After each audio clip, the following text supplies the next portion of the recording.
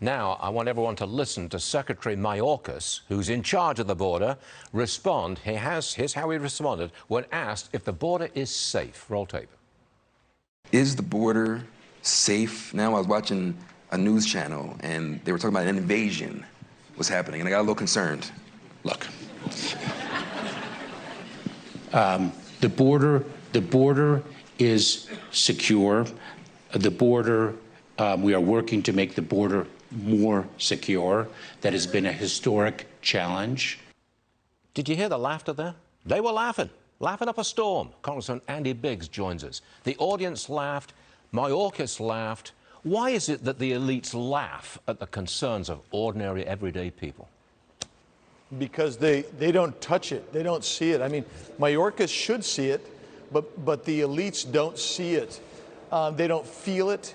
They don't consider literally hundreds of thousands of people coming across every month, the number of criminals, number of terrorists on the terrorist watch list, the amount of fentanyl that's coming in and killing people in America. They think that they're aloof and untouchable from it. And as long as they think that, then it's just a big joke to them, when it is really probably one of the most serious security threats in the U.S. today. If the Republicans take control of the House and/or the Senate this November, could Mayorkas be impeached by a Republican Congress?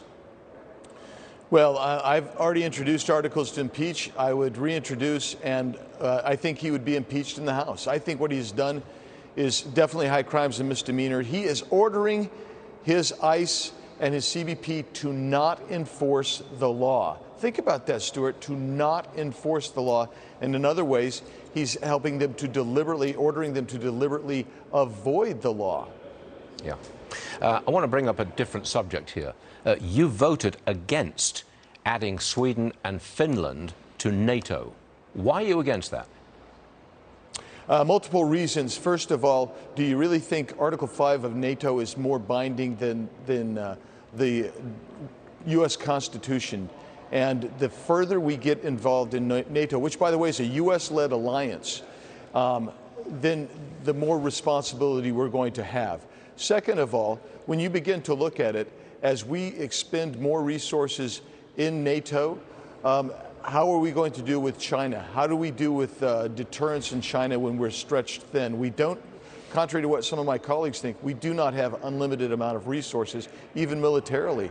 So those are really important issues. And the third thing is the U.S. is basically funding NATO. And it looks to me, since this is a European centrist alliance that the U.S. leads and that was designed post-World War II and throughout the Cold War, we've left those behind. Maybe Europe should be in charge of its own alliance, with the U.S. providing outside leadership instead of being so entrenched. That sounds like an America First argument.